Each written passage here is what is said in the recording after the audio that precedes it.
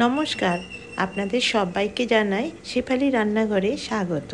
Restaurant বা ধাবাতে আমরা যে ধরনের সুস্বাদু মোমো খেয়ে থাকি, আমি আজকে আপনাদের সঙ্গে সেটা কিভাবে তৈরি করা যায় শেয়ার করব। প্রথমে ময়দাতে ময়ান দিয়ে ভালো করে মেখে ছোট্ট ছোট্ট করে লেচি করে নিলাম। এরপর ছোট্ট ছোট্ট পাতলা পাতলা লুচির আকারে বেলে নিলাম। সমস্ত ময়দার ছোট ছোট লেচিগুলোকে বেলে নেওয়ার পর সাইডে সরিয়ে রেখে দিলাম। মোমোর পুর করার জন্য একটা বড় বাউল নিয়ে নিলাম, তার মধ্যে চিকেন কিমা পরিমাণ মতো নিয়ে নিলাম। এর মধ্যে 400 গ্রাম চিকেন কিমার মধ্যে প্রায় 200 গ্রাম পেঁয়াজ কুচনো দিয়ে দিলাম। একটা বড় মাপের রসুনকে ছোট্ট ছোট্ট মিহি করে কুচিয়ে রেখেছিলাম, সেটা দিয়ে দিলাম। এবং একইভাবে 4 ইঞ্চ আদাকে কুচিয়ে রেখেছিলাম, সেটাও দিয়ে দিলাম।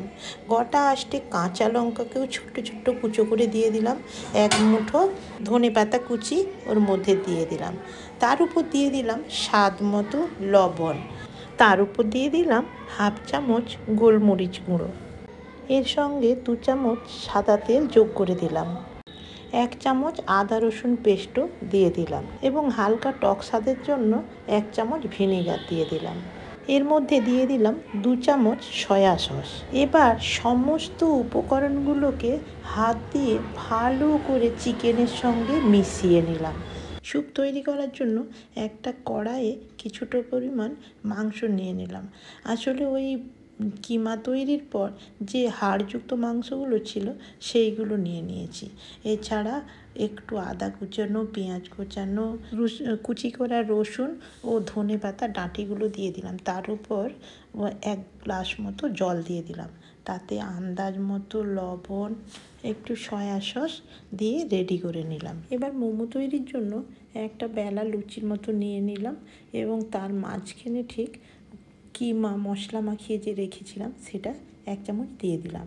ঠিক দেখুন, যেভাবে আমি পাট করে করে মোমোটা তৈরি করছি, ঠিক ওইভাবে ধীরে ধীরে সমস্ত মোমোগুলোকে গড়ে ফেললাম। দেখুন, মোমো তৈরির এই যে পদ্ধতি বা গড়ে নেওয়ার পদ্ধতি, এটা কিন্তু একদিনে হাতে আসবে না। আপনাদেরকে একটু আটা মেখে যখন আমরা রুটি করি, ঠিক তখন একটু এরকম মোমোর আকারে পাট করে করে তৈরি করা প্র্যাকটিস করে নিতে হবে। আমিও ঠিক 1বার 2বার করতে পারিনি বটে, কিন্তু এখন আমার মোমো তৈরিটা হাতে এসে গেছে। মোমোগুলোকে ফুটন্ত জলে একটা ঝাড়ির উপর রেখে স্টিমে 10 মিনিট রেখে সেদ্ধ করে নিলাম। আর নিচে আর মোমো স্যুপ তৈরি হয়ে গেল। তাহলে এবার বুঝতে পারছেন তো কি সুন্দর বাড়িতে আমরা বানিয়ে নিতে পারি। মোমো তৈরির রেসিপিটি ভালো লাগলে একটা লাইক করবেন, শেয়ার করে পাশে থাকবেন। আজকের মতো টাটা।